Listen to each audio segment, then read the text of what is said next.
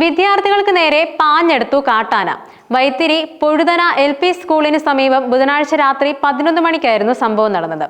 രാത്രി വീട്ടിലേക്ക് മടങ്ങുന്നതിനിടെയായിരുന്നു റിസ്വാൻ, റിഹാൻ, സാബിർ എന്നിവർക്ക് നേരെ അപ്രതീക്ഷിതമായി കാട്ടാന പാഞ്ഞെടുത്തത്.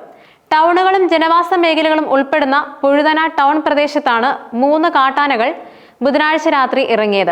LP സ്കൂളിന് സമീപത്തായാണ് വിദ്യാർത്ഥികളെ ആക്രമിക്കാൻ കാട്ടാന ചിഹ്നം വിളിച്ച് പാഞ്ഞെടുത്തത്. കാട്ടാനയെ കണ്ട് ഭയന്നോടിയ ഇവരെ പിന്തുടർന്നെത്തിയ ആന ആക്രമിക്കാൻ ശ്രമിക്കുന്നതും വിദ്യാർത്ഥികൾ തലനാരിഴ വ്യത്യാസത്തിൽ രക്ഷപ്പെടുന്നതുമായ CCTV ദൃശ്യം പുറത്തു വന്നിരുന്നു.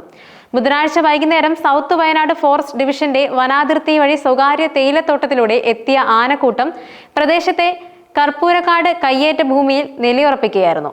രാത്രി 11ഓടെ പഞ്ചായത്ത് പരിസരം വഴി ടൗണിലെത്തിയ ആനകൾ ടൗണിലുള്ളവർക്ക് നേരെ പാഞ്ഞെടുക്കുകയായിരുന്നു. മണിക്കൂറുകളോളം ഭീതി പടർത്തിയ ആനകൾ പ്രദേശത്ത് നിർത്തിയിട്ടിരുന്ന നിരവധി വാഹനങ്ങളും കാർഷിക വിളകളും നശിപ്പിച്ചു.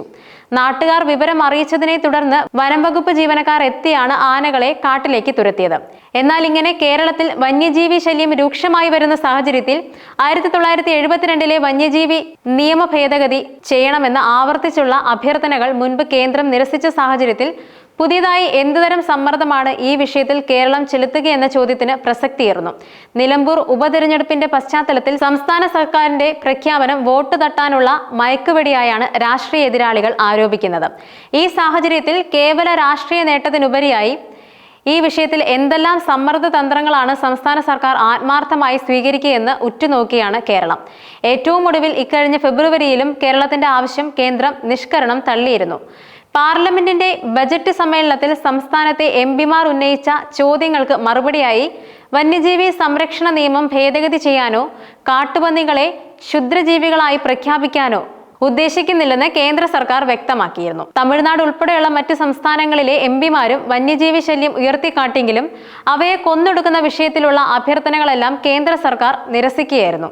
കാട്ടുപന്നികളെ ക്ഷുദ്രജീവികളായി വിജ്ഞാപനം ചെയ്യുന്നത് നിലവിൽ പരിഗണിക്കുന്നില്ലെന്നാണ് പരിസ്ഥിതി, വനം, കാലാവസ്ഥാ വ്യതിയാന മന്ത്രി ഭൂപേന്ദ്ര യാദവ് അടുത്തിടെ രാജ്യസഭയിൽ വ്യക്തമാക്കിയത്. മനുഷ്യജീവനോ സ്വത്തിനോ ഭീഷണിയാണെങ്കിൽ കാട്ടുപന്നികളെ വേട്ടയാടാൻ സംസ്ഥാന ചീഫ് വൈൽഡ് ലൈഫ് വാർഡനോ അംഗീകൃത ഉദ്യോഗസ്ഥനോ അനുമതി നൽകാൻ നിയമത്തിലെ സെക്ഷൻ 11B അനുവദിക്കുന്നുണ്ടെന്നും മന്ത്രി വ്യക്തമാക്കിയിരുന്നു.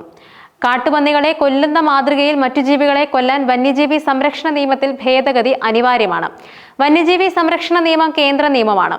അതിൽ പറയുന്ന വ്യവസ്ഥകൾക്കും നിയന്ത്രണങ്ങൾക്കും വിധേയമായി മാത്രമേ സംസ്ഥാനങ്ങൾക്ക് പ്രവർത്തിക്കാൻ സാധിക്കുകയുള്ളൂ. ഈ സാഹചര്യത്തിൽ കേന്ദ്രത്തിന്റെ നിലപാടാണ് പ്രധാനം. വന്യജീവി ശല്യം തടയാനുള്ള വിവിധ പദ്ധതികൾക്ക് ധനസഹായം അനുവദിക്കണമെന്ന കേരളത്തിന്റെ നിരന്തര ആവശ്യവും കേന്ദ്ര സർക്കാർ ഇതുവരെ പരിഗണിച്ചിട്ടില്ല. വന്യജീവി ആക്രമണത്തിൽ പരിഹരിക്കാനുള്ള പദ്ധതികൾക്കായി 1000 കോടി രൂപ 2025-26 കേന്ദ്ര ബജറ്റിൽ അനുവദിക്കണമെന്നാണ് ഏറ്റവും ഒടുവിൽ സംസ്ഥാന സർക്കാർ ആവശ്യപ്പെട്ടത്. ഇതും വന്യജീവി സംരക്ഷണ നിയമ ഭേദഗതിയും പരിഗണിക്കില്ലെന്ന വ്യക്തമായ സൂചനകളാണ് കേന്ദ്രം നൽകിയത്.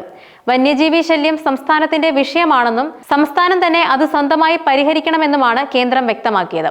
കേന്ദ്രം കനിയാതെ വെടിവെച്ചു കൊല്ലുന്ന കാട്ടുപന്നിയുടെ ഇറച്ചി ഭക്ഷണമാക്കാനും കഴിയില്ല.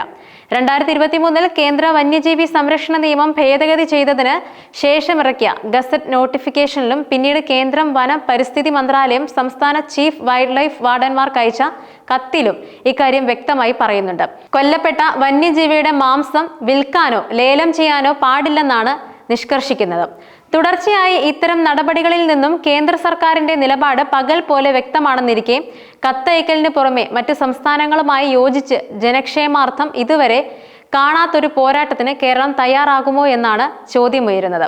എന്നാൽ മനുഷ്യജീവന സ്വത്തിനും ഭീഷണിയായ വന്യമൃഗങ്ങളെ കൊല്ലാൻ കേന്ദ്ര സർക്കാരിന്റെ അനുമതി തേടാനുള്ള സംസ്ഥാന സർക്കാർ തീരുമാനം നിലമ്പൂർ ഉപതെരഞ്ഞെടുപ്പ് ലക്ഷ്യമിട്ടുള്ളതാണെന്നും ഫ്രാൻസിസ് ജോർജ് MP വ്യക്തമാക്കി. വന്യജീവി ആക്രമണം നേരിടുന്ന ജനങ്ങളെ കബളിപ്പിക്കാൻ ഉദ്ദേശിച്ചാണ് ഇപ്പോൾ ഈ തീരുമാനം പ്രഖ്യാപിച്ചിരിക്കുന്നത്. ഇക്കാലം അത്രയും സംസ്ഥാന സർക്കാർ പറഞ്ഞിരുന്നത് കേന്ദ്ര ഗവൺമെന്റിന്റെ 1972 വന്യജീവി സംരക്ഷണ നിയമത്തിലെ വ്യവസ്ഥകൾ മൂലം സംസ്ഥാനത്തിന് ഫലപ്രദമായി നടപടികൾ എടുക്കാൻ സാധിക്കുന്നില്ല എന്നാണ്. അതിനാൽ നിയമത്തിൽ ഭേദഗതി വരുത്തണമെന്നാണ് ആവശ്യപ്പെട്ടിരുന്നത്. ഈ വിഷയം കേന്ദ്രമന്ത്രിയുടെയും പാർലമെന്റിന്റെയും ശ്രദ്ധയിൽപ്പെടുത്തിയപ്പോൾ ലഭിച്ച മറുപടി മനുഷ്യജീവന് ഹാനികരമായതും കൃഷിക്ക് നാശനഷ്ടം വരുത്തുന്നതുമായ ഷെഡ്യൂൾ 1-2 വിഭാഗത്തിൽപ്പെട്ട വന്യജീവികളെ സാഹചര്യം അനുസരിച്ച് വേട്ടയാടാൻ, അതായത് കൊല്ലാനോ അവയെ പിടികൂടാനോ ഉള്ള അധികാരം സംസ്ഥാന ചീഫ് വൈൽഡ് ലൈഫ് വാർഡന്മാർക്ക് ഉണ്ടെന്നാണ്. കേന്ദ്ര വനം മന്ത്രാലയം സംസ്ഥാന ഗവൺമെന്റിന് നൽകിയിട്ടുള്ള കത്തിൽ കൃത്യമായി സെഷൻ 11(1)(a) 11(1)(b) പ്രകാരം ചീഫ് വൈൽഡ് ലൈഫ് വാർഡനോ ചീഫ് വൈൽഡ് ലൈഫ് വാർഡൻ ചുമതലപ്പെടുത്തുന്ന ഉദ്യോഗസ്ഥനോ മനുഷ്യജീവനോ സ്വത്തുക്കൾക്കോ ഭീഷണിയാകുന്ന വന്യമൃഗങ്ങളെ കൊല്ലാൻ അനുമതി നൽകണമെന്ന് കാണിച്ചിട്ടുണ്ട്. ഇത്രയും വ്യക്തമായ ഉത്തരവ് നിലനിൽക്കെ ഇപ്പോൾ വീണ്ടും വന്യജീവികളെ വെടിവെക്കാൻ അനുമതി തേടാനുള്ള സംസ്ഥാന സർക്കാർ തീരുമാനം ജനങ്ങളെ കബളിപ്പിക്കാനാണെന്നാണ് ഫ്രാൻസിസ് ജോർജ് MP പറയുന്നത്. അതുപോലെ വന്യജീവി ആക്രമണം നടക്കുമ്പോൾ 6-അംഗ കമ്മിറ്റി ചേർന്ന് തീരുമാനമെടുക്കണമെന്ന് നിർദ്ദേശിക്കുന്ന കേന്ദ്ര വന്യജീവി സംരക്ഷണ നിയമം പരിഹാസ്യമാണെന്ന് മുഖ്യമന്ത്രി പിണറായി വിജയനും പറഞ്ഞു. നിലമ്പൂർ ഉപതെരഞ്ഞെടുപ്പ് മുന്നിൽ കണ്ടാണ് വന്യജീവി ആക്രമണം തടയാൻ നിയമത്തിൽ ഭേദഗതി വരുത്താൻ കേന്ദ്ര സർക്കാരിനോട് നിർദ്ദേശിക്കാൻ തീരുമാനിച്ചതെന്ന ആരോപണത്തെക്കുറിച്ചുള്ള ചോദ്യത്തിന് കാട്ടിലെ ജീവികൾക്ക് പോലും അത്തരമൊരു അഭിപ്രായമില്ലെന്നും മുഖ്യമന്ത്രി പറഞ്ഞു.